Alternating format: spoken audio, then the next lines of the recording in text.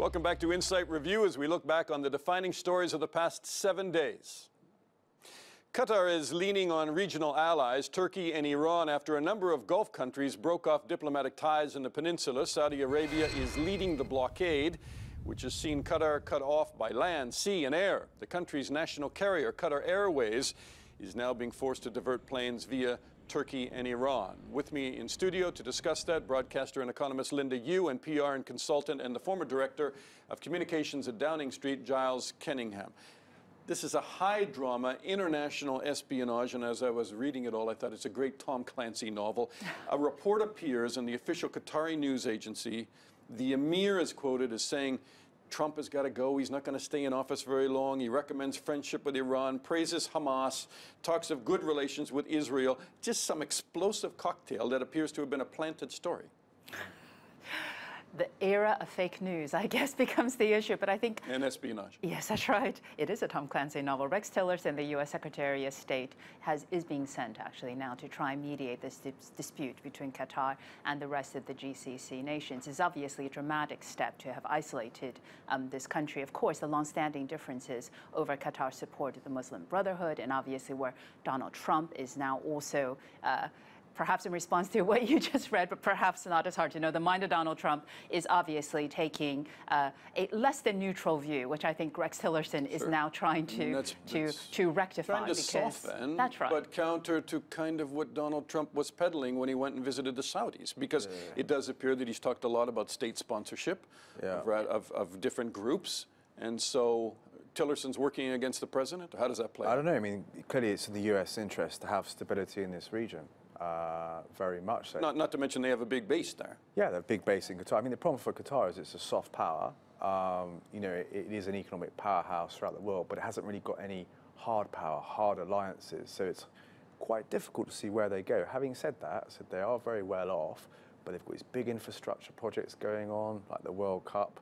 What do? How long do they hold out for? Lots of gas, lots of money, but I mean, there's lots of old scores to settle because a lot of people don't like the Qatar for how they saddled up and supported a lot of the Arab Spring against a lot of governments in the Middle East. It's still pretty a dramatic step to isolate Qatar. I think that's probably why the Americans have gotten involved, because yes, the Americans want stability in the region. And of course, it's hard to predict current U.S. foreign policy. But I think the immediate send, in part, is probably to reverse some of the impact of Donald Trump, I think, putting America in that kind of power broker position. But I think the immediate intervention is a sign that this is a dramatic step. And do you really want to be creating divisions at a time when the region still very much needs to work together to combat? It occurs to me, Giles, that when you look at, okay, now Britain has a secret report on sponsorship of terrorism Home Office report on Gulf countries, and part of it is focused on Saudi Arabia, and it hasn't been released for security reasons. But it seems like a lot of this is coming to a head now. State sponsorship, very quietly under the table of different groups, and Qatar is the first one to pay the price, if in fact the allegations are borne out. Yeah, I mean, clearly, like you say, this whole story is gathering steam. It's a calculation about, do you release a report, which could destabilize things even more? And I think that's what the British government needs to look at. And clearly, in this whole region, we have seen, you know, more of a period of instability. So I think it's whatever will calm it down in the short term is what's important. Turkey, by the way, lining up on Qatar's side, saying they're going to facilitate food and even station Turkish troops at a Turkish base there. Two attacks in the Iranian capital of Tehran have killed 13 people and injured many more. The twin attacks took place at the country's parliament at the mausoleum of Ayatollah Khomeini. The initial assault took place in parliament, where gunmen stormed the building. Gunfire then broke out at the mausoleum, which lies in the south of the city, and a suicide vest was detonated. With me in studio still, broadcaster and economist Yeuh and PR consultant and former director of communication at Downing Street, Giles Kenningham. Worst terror attack in years in Iran. I mean, a lot of people are raising an eyebrow and saying, how did Daesh manage to carry it out? Their motives are clear, but how were they able to carry it out? And I think when we've seen the attacks in France, we've seen the attacks in Britain, and I think those very questions are being asked, which is how much of the ideology behind terrorism, because we don't know a great amount of detail, but it does seem as if you do have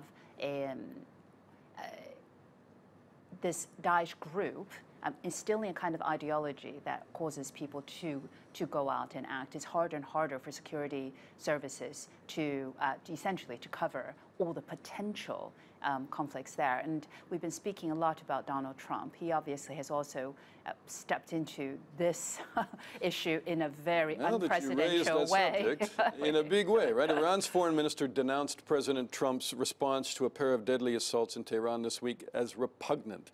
In Trump's tweet, "We grieve and pay for the innocent victims of the terror attacks," he said in a statement, but we underscore that states that sponsor terrorism risk falling victim to the evil they promote. I mean, the timing of that statement is very controversial. Yeah, and it comes back to what we were saying earlier on about diplomacy by Twitter, which probably isn't the best way of engaging with these countries. And, you know, for Trump, I think it shows a certain naivety to be doing it that way. I mean, it is very unusual for this to happen in Iran. It has been a relative period of stability. There's always smoke and mirrors there, right? Relative period of stability, though, for at least 20, 30 years. I mean, what's also interesting is that they got through all the security and into parliament to The Revolutionary Guards blamed the U.S. and Saudi Arabia.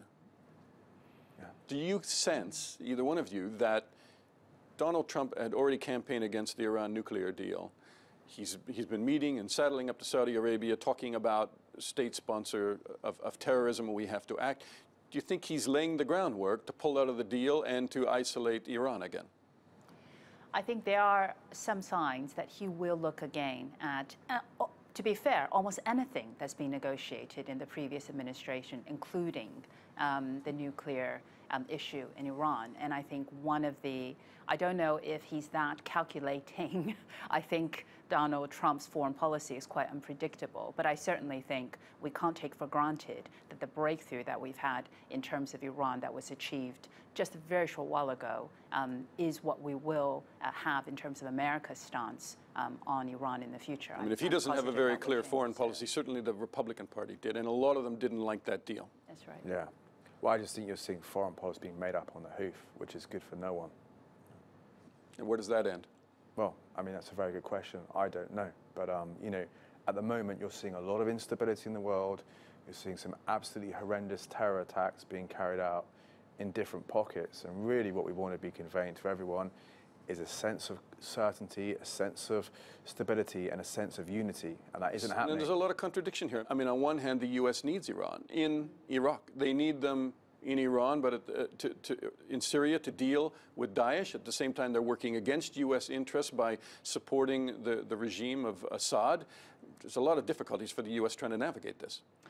It is, and I think probably going back to a point where the United States had been one of the nations that had brokered essentially the normalization of Iran, bringing it back into the fold, the nuclear inspections, removing sanctions. All of that was a step towards stability. And I think what we don't know what will happen with Donald Trump's foreign policy is that he clearly he may look again at everything that was negotiated, but this particular agreement to normalize relations with Iran was absolutely critical, historical, not just for the region, but for the country itself. And my fear for Donald Trump's foreign policy, aside from the fact it is always done on the hoof, it seems, is that for instance, on his travel ban, he included Iraq, and Iraq is an ally. And so there's a lot of things that you think are not quite right in terms of where the U.S. should be positioning itself. It's almost rolling back years of progress and getting to a point where the U.S. could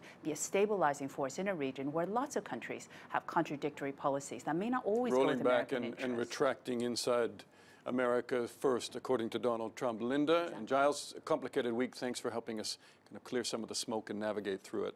We end with our Inside Bite, a little something that we feel that you should know. And today we head to Paris to a global dining event that takes place just once a year during the summer and is an extremely sought-after ticket. Earlier this week, thousands of people turned up for an alfresco meal just right outside the doorsteps of Paris City Hall. Dinner en blanc, or dinner in white, is essentially a gigantic flash mob with upwards of 7,000 people setting out to have an elaborate self-served multi-course dinner. The concept began almost 30 years ago in Paris and has since become a global phenomenon for those who enjoy good food and drink and good company. Only a select number of participants are made privy to the location the day of the dinner, and then they converge to an iconic location. That's all for now. I'm Dana Lewis, and this was Insight Review.